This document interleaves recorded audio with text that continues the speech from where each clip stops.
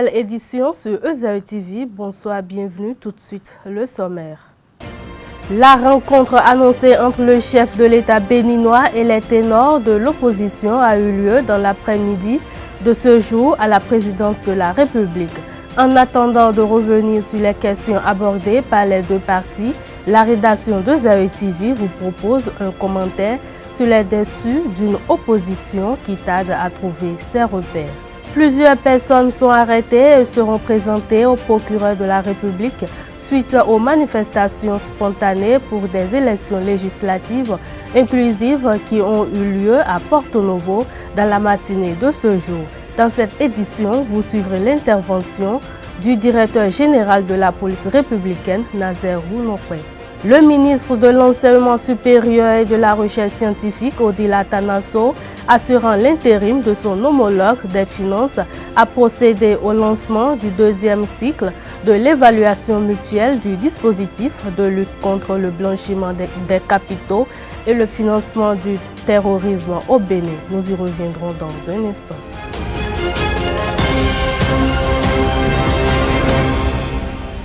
À nouveau, bonsoir. Le pont situé à l'entrée de la ville de Porto Novo a été bloqué pendant quelques heures par des manifestants qui protestent contre le certificat de non-conformité délivré par le ministre de la Sécurité à plusieurs formations politiques de l'opposition. Une marche non autorisée est finalement dispersée par la police républicaine qui a procédé à des arrestations. Retour sur quelques aspects de cette manifestation avec Carles Kitome. Plusieurs personnes ont été arrêtées et seront présentées au procureur de la République. À l'heure où je vous parle, les arrestations se poursuivent. Tous ceux qui ont pris part à ces manifestations seront interpellés. Ça peut prendre des jours, puisque nous avons les images. Nous allons procéder à leurs arrestations et ils vont répondre devant les juridictions. Dès qu'ils sont venus, les camarades leur ont dit que ce n'est pas possible. Vous devez partir.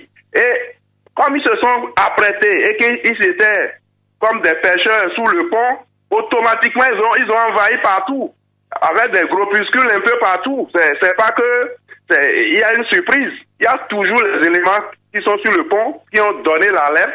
Mais comme c'est des gens qui ont pris les dispositions pour violer les thèses de la République, ils se sont mis à plusieurs endroits. Et vous savez, la circulation à 16 heures là, sur la route de Porto Novo étant déjà compliquée, dès qu'un véhicule s'immobilise, la circulation est bloquée immédiatement. Oui, c'est à Porto Novo. On va s'inquiéter par rapport à quoi? Mais nous sommes dans un état de droit et tout individu doit comprendre que dans un état de droit, les litiges sont déférés devant les juridictions. Personne n'a le droit de régler ses problèmes par la force, ni par la violence. C'est la voie judiciaire. Soit nous avons plusieurs possibilités. Soit c'est le juge administratif, soit c'est le juge constitutionnel. Mais pourquoi on ne veut pas utiliser les voies de droit et on pense qu'on peut utiliser la force? Étant entendu qu'il doit comprendre que la police a le monopole de l'usage de la violence légitime. Nous avons le monopole de l'usage de la violence légitime. Donc, s'il pose des actes de manière à perturber le cours normal des choses, à perturber, à troubler la quiétude, à perturber le déroulement des activités. Si l'ordre public est troublé, nous sommes investis par les lois de la République à rétablir l'ordre. Il faut préciser que plusieurs villes du Bénin sont en effervescence depuis la matinée de ce lundi 25 février 2019. Après le blocage du pont de Porto Novo par des manifestants, les militants de FCBE ont aussi pris d'assaut la voie inter-État à Tchaourou. Le constat est le même au niveau de la route inter-État Alada, Cotonou et Tori. Les populations sont sorties massivement pour manifester leur mécontentement contre le rejet des dossiers de plusieurs partis de l'opposition pour non-conformité. Mais les forces de sécurité sont intervenues pour rétablir l'ordre. Ils ont évoqué les mêmes raisons que les populations d'Alada où les manifestants exigent une élection inclusive de toutes les forces politiques béninoises dans le cadre des législatives du 28 avril 2019. Comme annoncé, l'opposition béninoise a répondu à l'invitation du président Patrice Talon dans l'après-midi de ce jour. Au palais de la Marina, les deux partis sont revenus sur la situation sociopolitique et plus précisément les élections législatives du 28 avril prochain. En attendant de vous donner toutes les précisions sur cette rencontre, nous vous invitons à suivre ce commentaire de la rédaction sur cette classe politique qui fait de défendre l'intérêt des populations. Les raisons motives de son acharnement, selon Abdelkader Achirou, sont entre autres liées à des questions d'intérêt et de promesses politiques non tenues. Suivons ensemble. L'opposition politique au président Patrice Talon crée des fronts d'inimitié inutiles alors que les raisons motives de son combat sont parallèles à la cause qu'elle semble défendre. Comme à ses habitudes, à travers des discours parfois soporifiques, l'opposition politique au Bénin surfe sur les maux des populations pour pouvoir régler ses comptes avec le régime en place.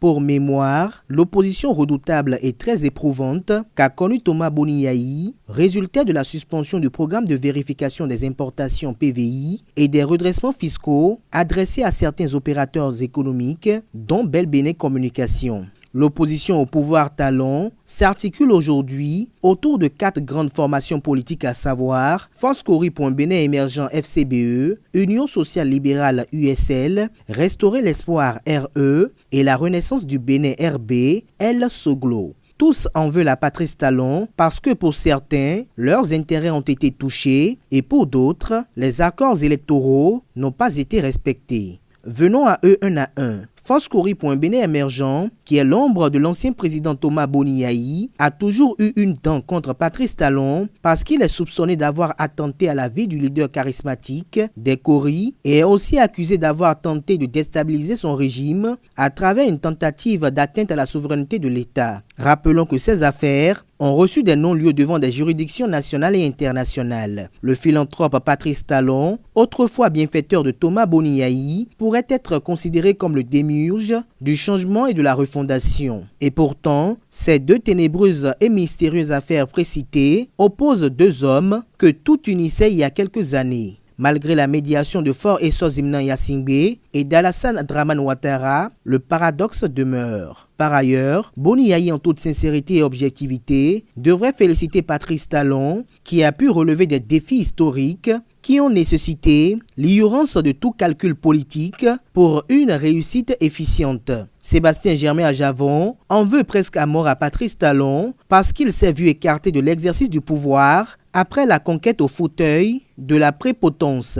Sa colère et sa haine à peine voilées puisent aussi leur légitimité du non-respect des accords officieux de départ. Le nombre de ministères promis et les directions des structures étatiques qui devraient lui être concédées en toute autonomie et indépendance n'ont pas été servis au roi de la vague bleue. Étant très étranger aux négociations politiques, il avait cru au respect des accords. Il faut être d'une grande naïveté politique, dépourvu de toute lucidité, pour croire qu'un chef de l'État confierait la quasi-totalité de la jouissance ensorcelante du pouvoir d'État à un fameux faiseur du roi. Quel canular! Dans la foulée, les 3 portefeuilles ministériels qui lui ont été attribués se retrouvent comme une tétine offerte puisque ces nommés ne disposaient pas d'une autogestion sur les questions liées aux passations de marchés publics et autres avantages.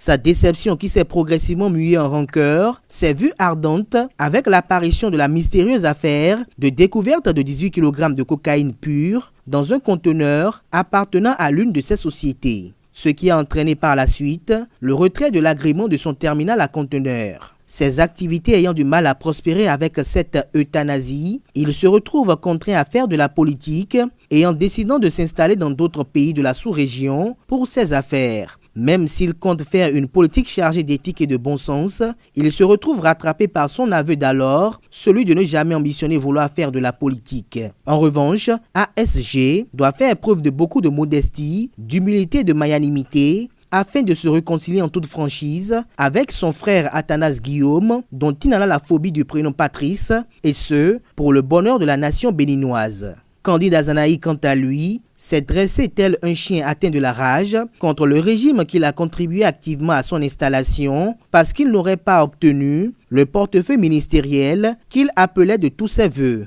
Progressivement, il s'est vu écarté de la gestion de la chose publique. Aussi, des guerres de leadership stériles avec Joseph Djogbenou et Pascal Irénée Koupaki seraient à la base de sa haine viscérale. Le couple Soglo en veut à Patrice Talon depuis qu'ils se sont vus couper certains avantages qui leur étaient concédés au regard de leur rang et que le contrôle de la mairie de Cotonou commençait progressivement à échapper à la famille. Les déboires de leur fils bien-aimé, Léa Di Soglo, mère évoquée de la tête de la municipalité de Cotonou, ont attisé le feu déjà ardent avec le mélodrame qu'a connu la renaissance du Bénin. Une mésentente qu'ils auraient bien pu régler, vu la pacificité bienveillante qu'a toujours accordé Patrice Talon au respectable Nicéphore Dieudonné Soglo. De tout ce qui précède, et à y voir de près, en réalité, ce n'est pas le programme d'action du gouvernement bénin révélé qui dérange. Les raisons motives de leur opposition respective sont ailleurs. S'ils embêtent Patrice Talon, il est légitime que les sbires de ce dernier ripostent même si le commandant en chef n'en donne pas l'ordre et reste très souvent serein. Aussi, tout pouvoir a besoin d'une stabilité pour la mise en œuvre efficiente de ces réformes. Patrice Talon les a tous dribblés, avouons-le, en réfutant certains compromis, mais ce, pour le bonheur des populations et pour le développement du pays. Certes, les réformes majoritairement sont douloureuses, voire hargneuses, puisqu'elles bousculent les habitudes et intérêts très alléchants, mais c'est le prix à payer pour les générations futures. Les grandes démocraties que nous aimons citer ont eu un sosie de Patrice Talon qui a conduit une révolution avec audace et courage afin de garantir un avenir radieux et envieux. Opposition oui, mais qu'elle soit réellement fondée sur les desiderata et mots du peuple et non sur les intérêts personnels, égoïstes et inavoués. L'attitude du journaliste dans l'exercice quotidien de sa profession en général et pendant une période électorale en particulier est au cœur d'une formation initiée par la direction des relations publiques de l'ambassade des États-Unis au Bénin. Pendant une semaine, en effet, le métier du journalisme sous toutes ses coutures sera revisité par un expert journaliste américain qui partagera ses connaissances et ses expériences avec les bénéficiaires de la dite formation. À cet effet, voici les propos de Dan Glick. Il est au micro de Anita Marcos et de Christian Thomas Imena. Des journaux de mauvaise qualité peuvent devenir un sérieux handicap pour la liberté de la presse et par extension un danger pour l'ensemble des libertés fondamentales. C'est-à-dire il faut faire un boulot bien professionnel. La responsabilité qu'on a en tant que journaliste d'être juste, précis, moral dans tous nos rapports professionnels est tout d'abord la chose la plus importante. Même avant de commencer d'interviewer quelqu'un, il faut approcher, il faut se constater qu'on est libre, on n'est ni juge ni avocat, surtout quand on va parler des élections. On n'est pas des porte-parole d'une partie politique, on est des journalistes, on est indépendants. Et comme j'ai dit, je sais que c'est facile à dire et difficile à faire, mais c'est la chose peut-être la plus importante, parce que les gouvernements, avec des régimes répressifs, la première chose qu'ils font, c'est saisir la presse. Pourquoi? Pourquoi? Quand il y a un coup d'État quelque part, la première chose qui se passe, c'est la télé et la radio complètement supprimées. Parce que c'est la parole des peuples. Et nous, en tant que journalistes, c'est nous qui sommes les porte-parole du peuple, si vous voulez bien.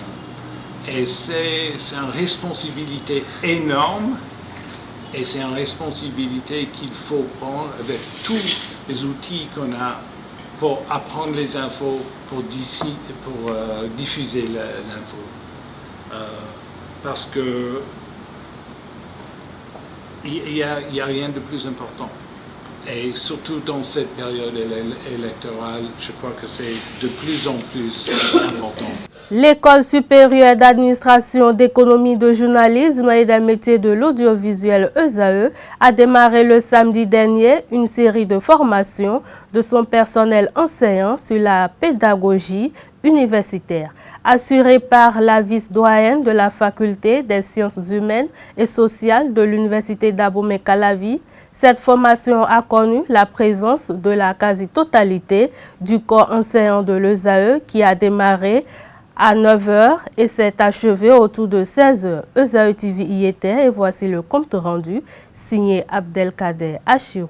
Dans le but d'outiller davantage son personnel enseignant sur la pédagogie universitaire, la direction de l'École supérieure d'administration, d'économie, de journalisme et des métiers de l'audiovisuel ESAE a initié des séances de formation qui ont démarré le samedi 23 février dernier au siège de l'institution à Gbedjromede. Prévu se dérouler en 2 phases, cette formation assurée par la vice-doyenne de la faculté des sciences humaines et sociales de l'université d'Abomey-Calavi s'inscrit dans la dynamique d'améliorer et de parfaire la pédagogie universitaire avec un accent particulier sur les aspects cognitifs, éducatifs et psychologiques afin d'impliquer davantage les étudiants dans le processus d'apprentissage pour des résultats plus élogieux.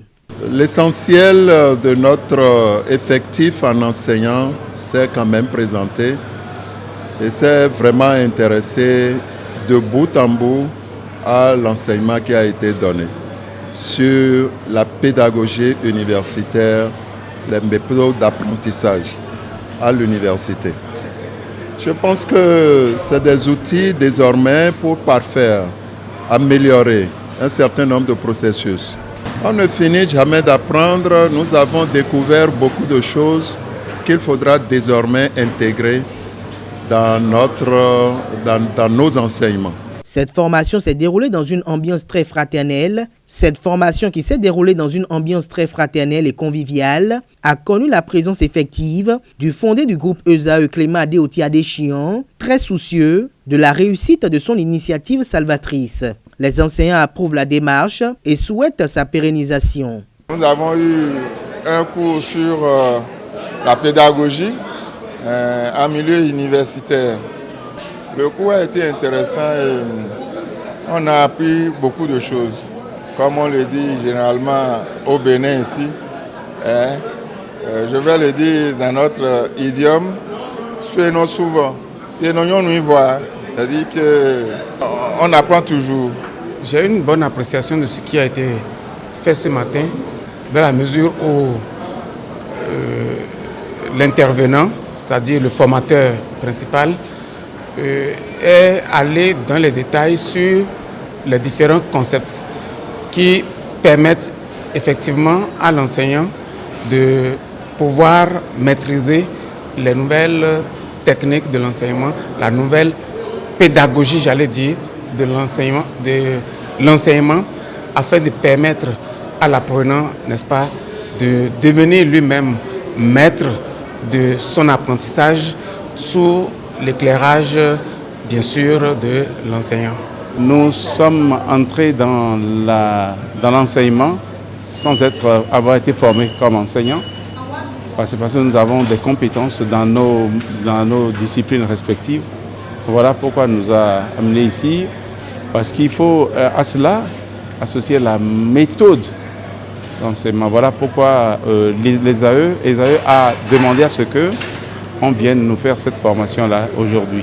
L'élaboration des plans de cours, la différence entre compétences et capacités et l'implication des étudiants dans le processus d'acquisition ont également été abordés surtout lors des échanges qui se sont déroulés de façon interactive. La formatrice se réjouit de la volonté manifeste du promoteur de cette prestigieuse école à vouloir être un modèle et l'encourage à poursuivre dans cette lancée afin de former de très bons cadres béninois. Ils sont dynamiques, ils sont intéressés et vous savez, c'est des profils diversifiés. Vous en avez là d'anciens ambassadeurs, plein de diplomates, des ingénieurs de toutes catégories, voilà, d'obédience, et des journalistes, oui, il y en avait beaucoup aussi, hein, voilà, des spécialistes de l'audiovisuel, Et voilà, que dirais-je encore? Vraiment un public diversifié mais hyper riche en compétences. Moi, je ne ménagerai jamais un seul effort pour accompagner cette institution qui me donne déjà de très bonnes impressions et qui est volontaire, qui a envie de faire avancer des choses, de faire booster des choses, qui veut être à la pointe de l'information et qui veut améliorer sans cesse ses pratiques. Et moi, j'ai du plaisir à travailler avec ces genres de personnes et pourquoi pas à collaborer. Donc voilà, je peux dire que Esaü est un futur collaborateur de la faculté des sciences humaines et sociales de l'université d'Abomey-Calavi. Des sentiments de satisfaction de part et d'autre. Formatrices et participants se donnent rendez-vous pour le samedi 9 mars prochain pour la seconde phase qui s'articulera autour des questions liées à l'évaluation des apprenants. Les experts du groupe intergouvernemental d'action contre le blanchiment d'argent en Afrique de l'Ouest, GIABA, ont démarré ce jour le deuxième cycle de l'évaluation mutuelle du dispositif de lutte contre le blanchiment des capitaux et le financement du terrorisme du Bénin au ministère des Finances. Lancement effectué sous la houlette du ministre de l'Enseignement supérieur et de la Recherche scientifique Odile Atanasso, assurant l'intérim de son homologue des finances avec la participation du directeur du GIABA et du président du CENTIF. Suivons un extrait des propos du ministre Marie-Odile Atanasso. Le Bénin reste convaincu qu'un dispositif efficace de lutte contre le blanchiment de capitaux et le financement du terrorisme est un excellent outil de bonne gouvernance et de lutte contre toutes les infractions sous-jacentes, notamment la fraude, la contrebande, la corruption et autres. C'est pourquoi, sans attendre formellement l'évaluation mutuelle, le Bénin a entrepris plusieurs réformes dans le but de renforcer le cadre légal et institutionnel de son dispositif anti-blanchiment et de lutte contre la délinquance financière. Au nom de ces réformes, on peut retenir la réalisation d'une évaluation nationale des risques de blanchiment de capitaux et de financement du terrorisme qui a permis l'identification et la compréhension des menaces et vulnérabilités auxquelles le pays est exposé en la matière. L'élaboration d'une stratégie nationale de lutte à travers un plan d'action de mise en œuvre des recommandations issues de l'évaluation nationale des risques. L'adoption d'une nouvelle loi relative à la lutte contre le blanchiment de capitaux et le financement du terrorisme, la loi numéro 2018-17, promulguée par le chef de l'État le 25 juillet 2018. Le renforcement des attributions et des prérogatives de la Cellule nationale de traitement des informations financières, CENTIF, à travers un nouveau décret portant attribution, organisation, fonctionnement de la CENTIF, qui lui confère désormais le statut d'autorité administrative ou du service administratif. La création d'une cour de répression des infractions économiques et du terrorisme, CRIET, pour poursuivre et réprimer les délinquants financiers. C'est fort de toutes ces réformes engagées que le Bénin, dans le strict respect du calendrier retenu par le GIABA, a accepté de se soumettre à la présente évaluation mutuelle du second cycle afin de bénéficier de l'expertise de ses pairs pour davantage renforcer son dispositif de lutte contre le blanchiment des capitaux et le financement du terrorisme à partir des recommandations pertinentes qui seront formulées à l'issue des travaux. Tout en souhaitant la bienvenue au Bénin, à M. le directeur général du GIABA, à sa délégation et aux experts, évaluateurs, expertes et évaluatrices, je déclare officiellement lancée l'évaluation mutuelle du dispositif de lutte contre le blanchiment de capitaux et le financement du terrorisme du Bénin.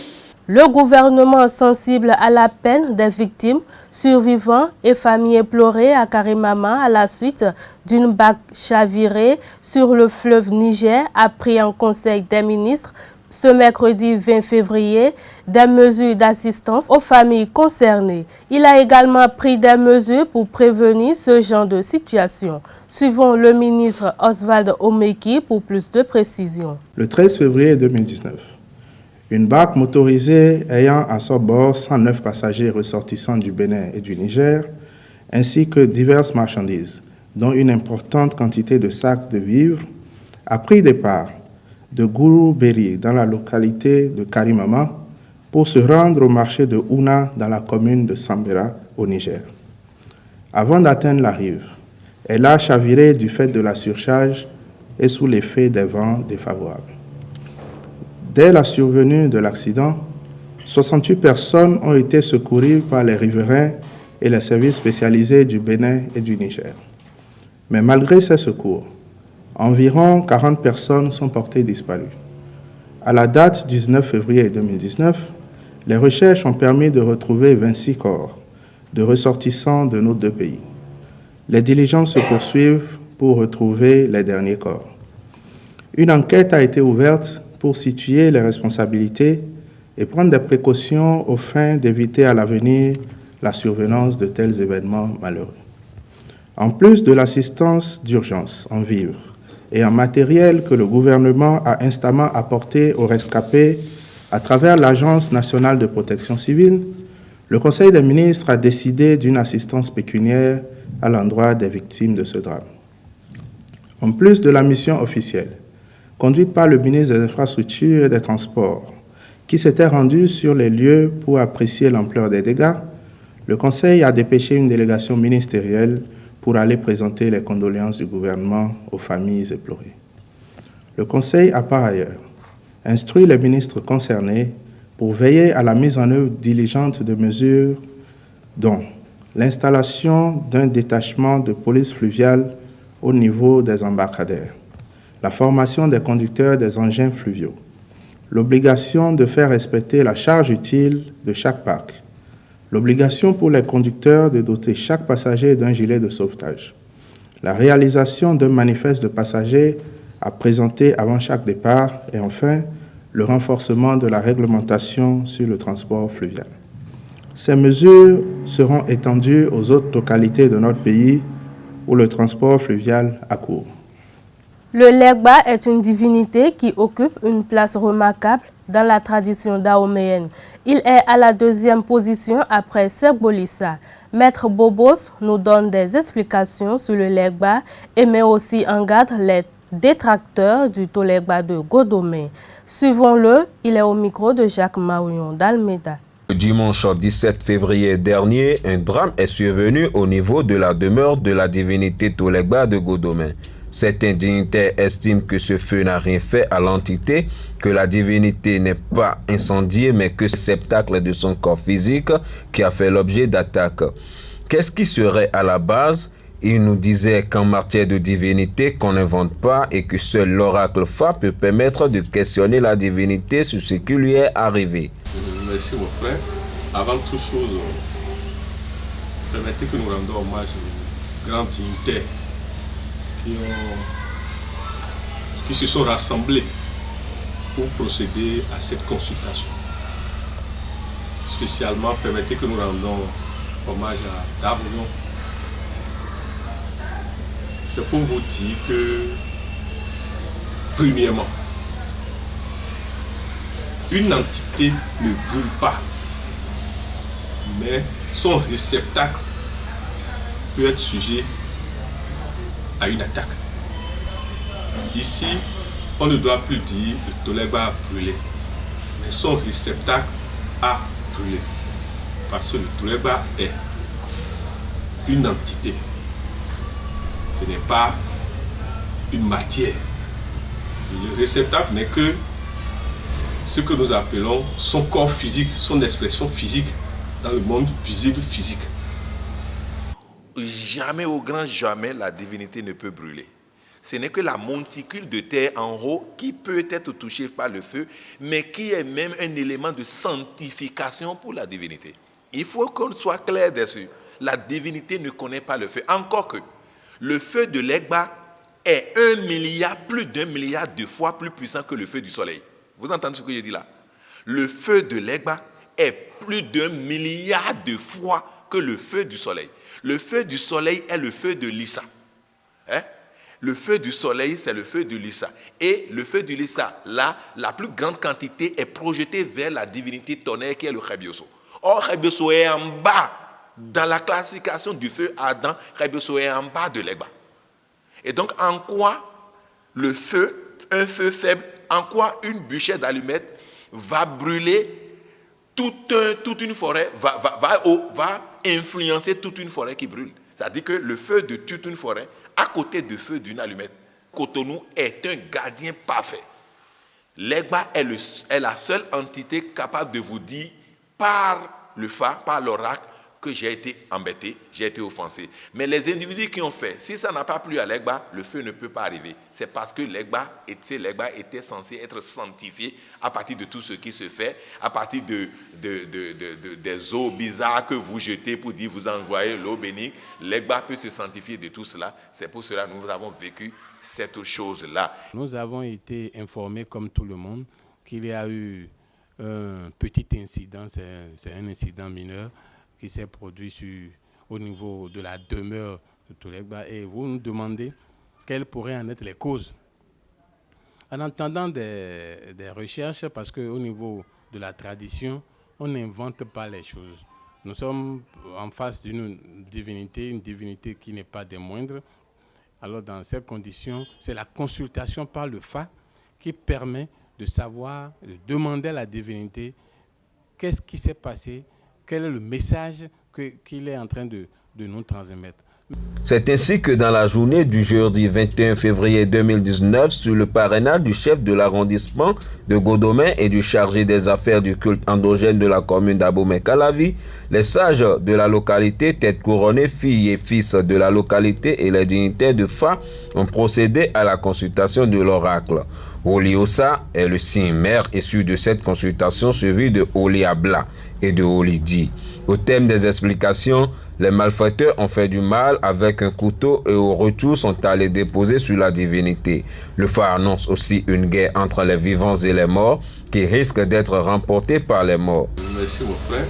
Avant toute chose, permettez que nous rendons hommage aux grands dignitaires qui se sont rassemblés au lien en rapport avec le nom 11, un maître nom. Or, le 1, représente l'homme, représente le feu, représente la volonté. Le maître nom 11, c'est l'exponentiel du feu, l'exponentiel de la volonté, l'exponentiel des idées. Mais n'oubliez pas que le nom 11, tout maître nom, porte un karma de sacrifice. C'est-à-dire, pour trouver le karma d'un nombre à 2 chiffres, il faut faire la soustraction. Donc 1 moins 1 égale 0. Et quand maintenant vous prenez le ça, dans le code normal, le code sacré là, le ça représente le nombre 3. Ça veut dire quoi? Si on doit aligner maintenant le Woli Ossa, ça fait 113. Je ne sais pas si vous me suivez. Woli 11, ça 3, ça fait 113. Et l'addition de l'ensemble donne 5. Le 5, c'est le nombre qui gère l'énergie. L'énergie des éléments en général. Mais n'oubliez pas que le Toulegba est quadripolaire. Le Toulegba n'est pas monopolaire. Le Toulegba gère les 4 éléments en plus de l'éther. Mais ici, le Woli Ossa indique l'élément feu en exponentiel et est en train de nous avertir que si on ne sait pas faire, la guerre des égos va créer des problèmes entre les frères, entre les leaders, entre les dignitaires, entre tous ceux qui sont des soleils pour la ville. Le phare est en train de nous avertir, nous tous, surtout ceux qui sont dans la vie. D'abord, le phare est en train de s'adresser d'abord aux dignitaires, même des cultes endogènes. Mais au-delà de ça, le phare est en train de s'adresser aux leaders. Le phare est en train de nous avertir que le conflit est latent. Qui sont sortis nous parlent de sabotage.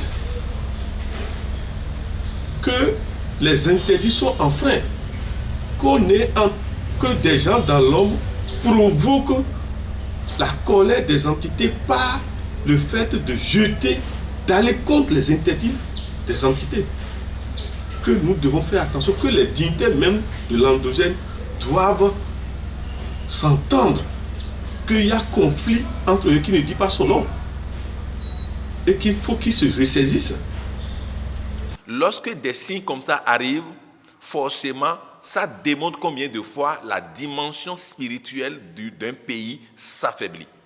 Le pouvoir, c'est un signe juste pour dire, méfiez-vous dans le pays. Les endroits stratégiques de pouvoir sont en train d'être affaiblis.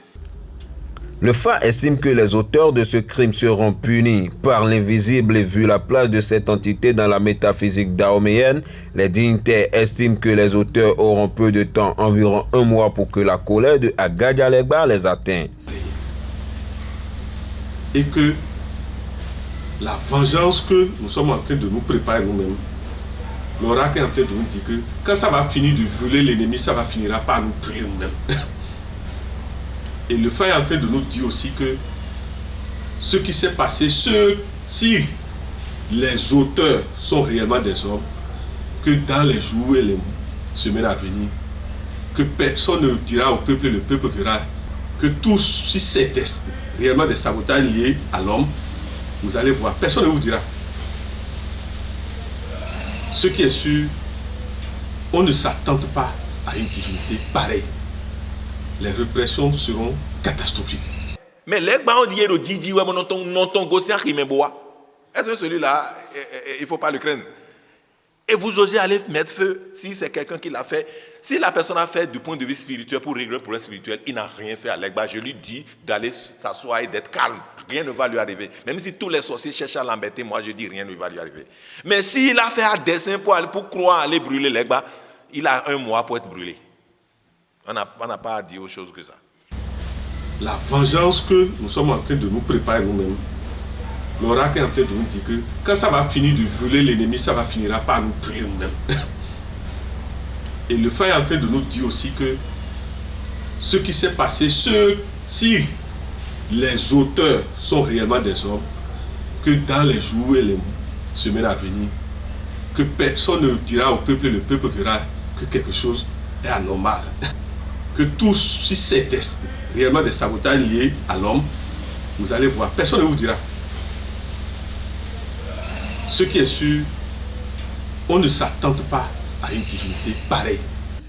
Le phare exhorte aussi tout le peuple béninois à mettre de l'eau dans son vin, fut le temps que veut traverser le pays. On a joué la 17e journée du championnat national de football de première division ce week-end. À 2 jours de la fin de la phase aller de la Ligue 1 de football du Bénin, les Buffles FC du Borgou sont assurés d'être champions de la mi-saison. Bruno Goudjo et ses poulains ont fait match nul contre la jeunesse sportive de Pobé. Hier à Jean-Pierre Gascon. En revanche, d'autres équipes continuent la lutte pour leur survie dans l'élite. Le résumé de la journée avec cet ondé Larios Adjagbeno. UPONM a concédé vendredi en ouverture de la 17e journée de la Ligue 1 de football du Bénin sa 5e défaite de suite face à l'association sportive Oussoussaka de Porte-Novo Assos, 1-2. Anoseka et ses coéquipiers dominateurs ont pourtant ouvert le score à la 25e minute avant de fléchir. Après une longue période de disette, la jeunesse sportive de Cotonou-Jacques a enchaîné une 2e victoire consécutive ce week-end. Samedi à René-Pleven, les poulains de Visite Touré ont dominé Béké de Bembereke 2-1 grâce à un doublé de Aboubakar Sidiki Kindo. Battu par la Jacques la journée précédente 0-1, Usaï FC a gagné dimanche la Lanterne Rouge Soleil FC 2-1 dans le duel des mal classés. Le club universitaire revient à 2 points du premier non relégable. inéluctable. Après 4 matchs sans succès, l'Union sportive de Sémé-Craké a battu l'association sportive du port autonome de Cotonou ASPAC 2-1. Tout s'est joué en première période. Dès la 11e minute, Paulita Roussoufa ouvre la marque pour l'USS Craké. 10 minutes plus tard, les Craké Boys doublent la mise. Aspac réduit le score sur penalty dans les temps additionnels. Le choc de la journée entre la jeunesse sportive de Koubert JSP et les Buffs FC du Borgo s'est soldé par un match nul et vierge au stade Jean-Pierre Gascon. Les deux équipes maintiennent leur invincibilité. Les Buffs depuis l'entame de la saison d'une part et d'autre part la JSP à domicile. Dans les autres matchs, les Dragons de Louémé tombent à domicile devant Avranco Omnisport 0-1. Deuxième défaite consécutive en 4 matchs des Oranges et Noirs. Nul 2 buts partout entre Dynamo d'Abomey et Aïma. Score de parité également entre Panthère et Énergie FC. Tonnerre et Asvo étaient au repos. 19 buts ont été inscrits au total pour le compte de cette 17e journée. Les Buffs FC du Borgo sont assurés de terminer premier de la phase aller. Avec 33 points, ils distancent de 8 unités leur poursuivant, un groupe de 4 équipes. Il s'agit de la Sauce, de la GSP, de Tonnerre et de l'Aspac. En bas du classement, la Jacques 18 points sort de la zone rouge et est première non relégable avec Énergie 15e. Esaü FC occupe la 16e place. UPI ONM est avant-dernier avec 14 points et Soleil FC ferme la marche. Fin de cette édition sur Esaü TV. Merci de m'avoir suivi. À demain pour une nouvelle édition. Bonsoir.